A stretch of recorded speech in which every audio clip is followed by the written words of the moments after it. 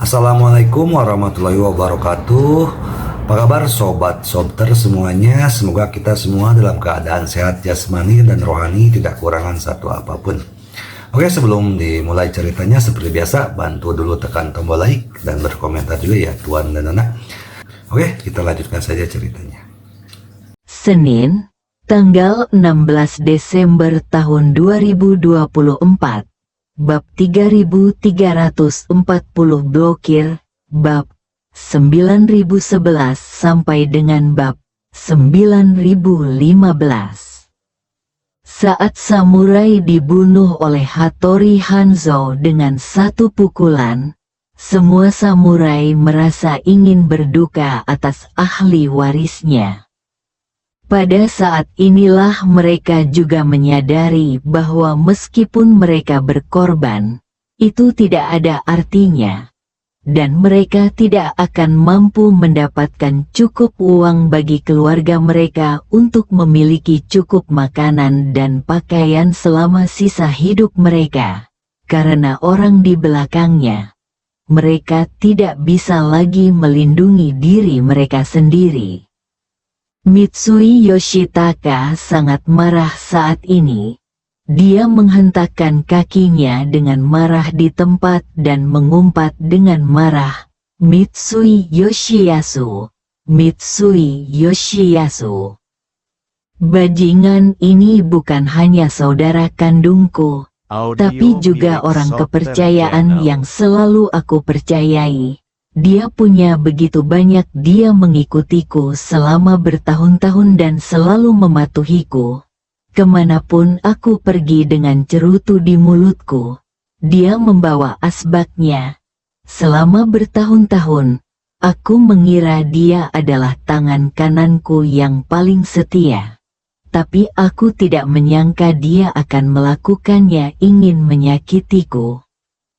Ye Chen tersenyum dan bertanya kepadanya, "Di antara para pangeran, bangsawan, dan keluarga besar terkemuka seperti Anda, berapa banyak kasus yang pernah Anda lihat di mana saudara-saudara bersatu dalam upaya mereka menghasilkan uang?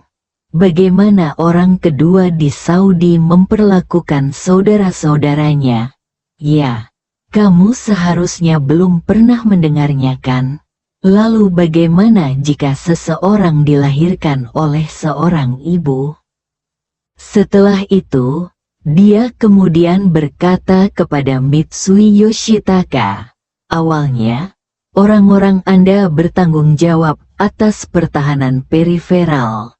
Orang-orang saya bertanggung jawab atas deringan kedua. Dan saya bertanggung jawab atas deringan ketiga. Tapi sekarang orang-orang Anda pasti tidak akan bisa melakukannya.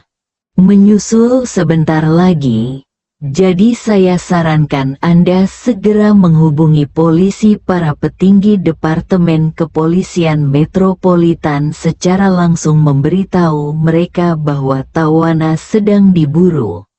Meskipun Departemen Kepolisian Metropolitan adalah pihak yang campur aduk, saya yakin para petinggi Departemen Kepolisian Metropolitan tidak akan berani berpikir salah melihat tawanan dalam bahaya di Tokyo. Jadi kami pasti akan berusaha sebaik mungkin." Mitsui Yoshitaka berkata tanpa ragu-ragu, "Oke. Saya akan menghubungi penanggung jawab Departemen Kepolisian Metropolitan."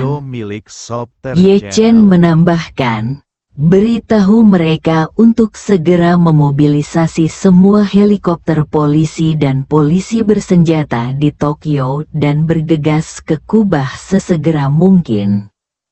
Juga beritahu mereka bahwa semua personel Departemen Kepolisian Metropolitan hanya dapat memblokir tempat kejadian dari luar dan tidak ada yang diizinkan untuk masuk. Secara internal, saya akan menggunakan garis pertahanan Iga Ninja sebagai batas mutlak. Siapapun yang tidak saya percayai tidak boleh melewati garis ini. Selama polisi dijebak di luar, keamanan sementara dapat terjamin. Mitsui Yoshitaka tidak lagi berani mempertanyakan perkataan Ye Chen saat ini, dan berkata dengan cepat, "Jangan khawatir, Tuan Ye, saya akan membuat pengaturannya." Ye Chen mengangguk, menoleh ke arah Tawana, dan berkata, "Sepertinya rencana kita perlu sedikit diubah. Biaya tersembunyi sebesar $1 miliar AS adalah masalah besar. Jumlah ini terlalu menggiurkan, dan pembunuh di seluruh dunia akan membunuhmu. Sebagai target perburuan yang paling berharga, sulit untuk memastikan keamanan mutlak kemanapun Anda pergi." Tawana memandang Ye Chen tanpa daya dan penuh harap. "Tuan Ye, apakah Anda punya ide bagus?" Ye Chen berkata, "Satu-satunya solusi adalah menyelesaikan masalah dari sumbernya. Anda harus menemukan cara untuk membatalkan bunga tersembunyi ini. Selama bunga tersembunyi itu dibatalkan, para pembunuh ini secara alami tidak akan melihat Anda lagi." Tawana bertanya, "Lalu bagaimana kita bisa menghilangkan bunga gelap itu?" Ye Chen berkata, "Dua pilihan. Yang pertama adalah Anda merekam video langsung dengan ponsel Anda dan membeberkan semua informasi yang Anda tahu yang mereka tidak ingin Anda ungkapkan di internet. Mereka ingin membunuh Anda hanya untuk diam kamu. Setelah hal itu dipublikasikan, tidak ada gunanya membiarkan mereka diam. Apalagi mereka tidak akan punya waktu untuk mengurus diri sendiri dan tidak akan punya energi untuk membalas dendam terhadap Anda." Audio milik Tawana Soccer berkata Channel. ragu-ragu, Tapi kalau begitu, karir aktingku akan berakhir." Ye Chen mengerutkan kening dan bertanya padanya, Apakah ada skandal?" Tawana mengerucutkan bibirnya dan mengangguk sedikit karena malu. Ye Chen menghela nafas dan berkata, "Lupakan saja. Kami memiliki persyaratan yang sangat ketat untuk artis di sana. Jika skandal menyebar, jangan pernah berpikir untuk menghadiri salah satu dari 20 konser." Setelah mengatakan itu, Ye Chen berkata lagi, "Kalau begitu, hanya ada cara kedua." Tawana dengan cepat bertanya, "Apa cara kedua?" Ye Chen hendak berbicara ketika dia tiba-tiba merasakan banyak kendaraan datang dari luar. Setidaknya ratusan orang bergegas ke pintu masuk belakang panggung. Dia tahu bahwa ini pasti sekelompok orang lain yang ingin mengambil bunga yang tersembunyi.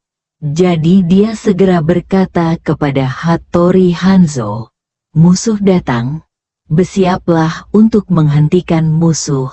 Biarkan orang-orangmu melumpuhkan semua samurai ini dan menghancurkan semua lampu. Kalian para ninja dapat mengerahkan keuntungan terbesar kalian dalam kegelapan."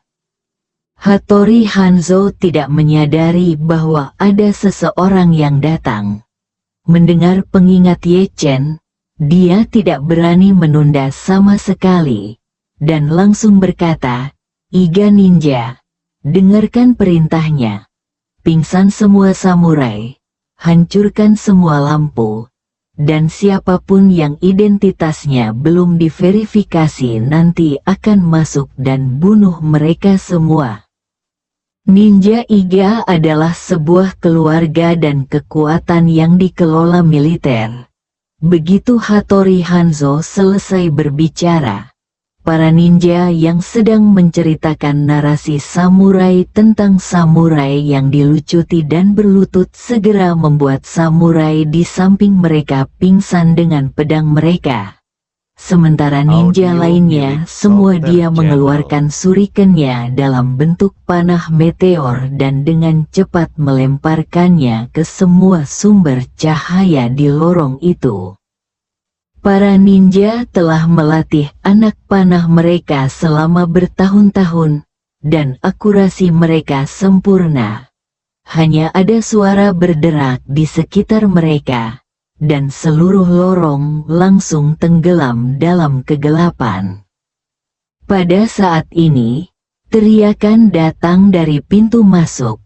Semuanya, dengarkan perintah saya. Semua orang bergegas masuk dan membunuh wanita Amerika itu, jika ditentukan siapa yang membunuhnya. Yamaguchi Gumi akan menghadiahinya 100 juta dolar AS, lainnya kami juga dapat berbagi 100 juta dolar AS lainnya. Tidak masalah jika kita tidak dapat menentukan siapa yang membunuh kita. Kita semua berbagi 200 juta dolar AS. Ayo bertarung dengan cepat selagi kita yang pertama datang ke sini setidaknya 1 juta dolar. Seluruh anggota Yamaguchi Gumi berteriak kegirangan bahkan bersiul. Ada juga yang sengaja berteriak dengan logat gangster Jepang, ingin membacok Tawana hingga tewas. Segera, langkah kaki ratusan orang datang dari kedua sisi, dan bahkan lantai pun bergetar. Namun, ketika mereka bergegas masuk, mereka menemukan bahwa koridor panjang di tengahnya benar-benar gelap, dan mereka hampir tidak dapat melihat jari-jari mereka. Pada saat ini, orang-orang di depan tiba-tiba mendengar teriakan terus-menerus. Para ninja Iga telah mengambil tindakan, dan sebelum musuh melihat mereka, senjata rahasia beracun mereka ditembakkan. Di bagian ini, sejumlah besar senjata rahasia ditembakkan dalam satu tembakan, yang memiliki efek seperti hujan lebat dan jarum bunga pir. Dalam satu putaran, puluhan orang terbunuh. Anggota Yamaguchi Gumi di belakang berlari dengan liar. Saat kaki tangan di depan terkena senjata rahasia dan jatuh ke tanah, mereka juga tersandung dan jatuh ke tanah. Senjata rahasia ninja Iga tidak berhenti. Baris pertama dipukul dan terjatuh. Baris kedua tersandung dan dipukul lagi. Lalu baris ketiga tersandung dan dipukul lagi. Dalam kilatan petir, anggota Yamaguchi Gumi yang bergegas ke barisan depan semua menerima kotak makan siang mereka. Mayat-mayat itu ditumpuk satu sama lain, menghalangi jalan ke depan. Anggota kelompok Yamaguchi di belakang kaget dan tidak tahu apa yang terjadi. Jadi mereka berteriak, "Cepat, cepat nyalakan sentermu. Sepertinya ada yang tidak beres di depan." Tepat setelah dia selesai berbicara, seekor burung bodoh mengeluarkan ponselnya dan ingin menyalakan senter yang disertakan dengan ponselnya. Namun, saat layar ponsel menyala, dia sudah menjadi kunang-kunang di kegelapan menyalakan senter. Beberapa kunang-kunang muncul di tangannya. Setelah beberapa kali letupan, beberapa orang yang kurang beruntung meninggal. Sialan, jalan bagaya, ada penyergapan di depan. Kemudian seseorang berteriak, "Tidak, adikku di depanku sudah mati. Mereka punya senjata tersembunyi." Orang di belakang yang ingin menghasilkan banyak uang berkata dengan lantang, "Apa yang kamu takutkan? Masuk saja dan bunuh mereka dengan cara apapun dan kamu akan menerima hadiahnya." Saudara-saudara, jangan takut, pergilah dengan berani.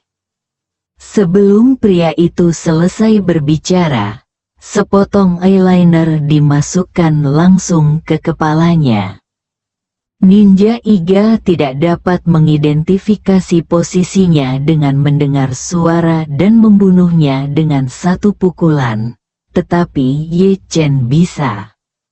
Lingkungan gelap seperti siang hari baginya, dan segala sesuatu tentang musuh berada di bawah kendalinya. Selain itu, Ye Chen tidak menyembunyikan kekuatannya terlalu banyak kali ini seperti yang dia lakukan terhadap para prajurit tadi. Dia menuangkan energi spiritual ke dalam eyeliner, menyebabkan eyeliner tersebut langsung menembus kepala lawan dari depan ke belakang.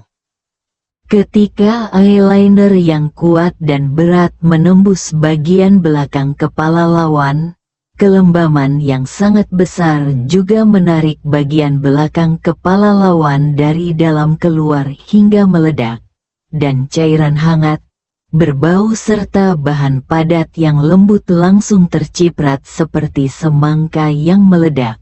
Orang-orang di sekitarku sedang sibuk. Ada yang berteriak, "Baga, benda lengket apa yang masuk ke mulutku? Siapa yang masih main-main saat ini?"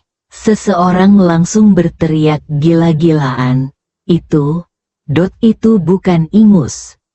Itu Kameda. Itu otak Kameda." Kameda tertembak di kepala. Bersambung.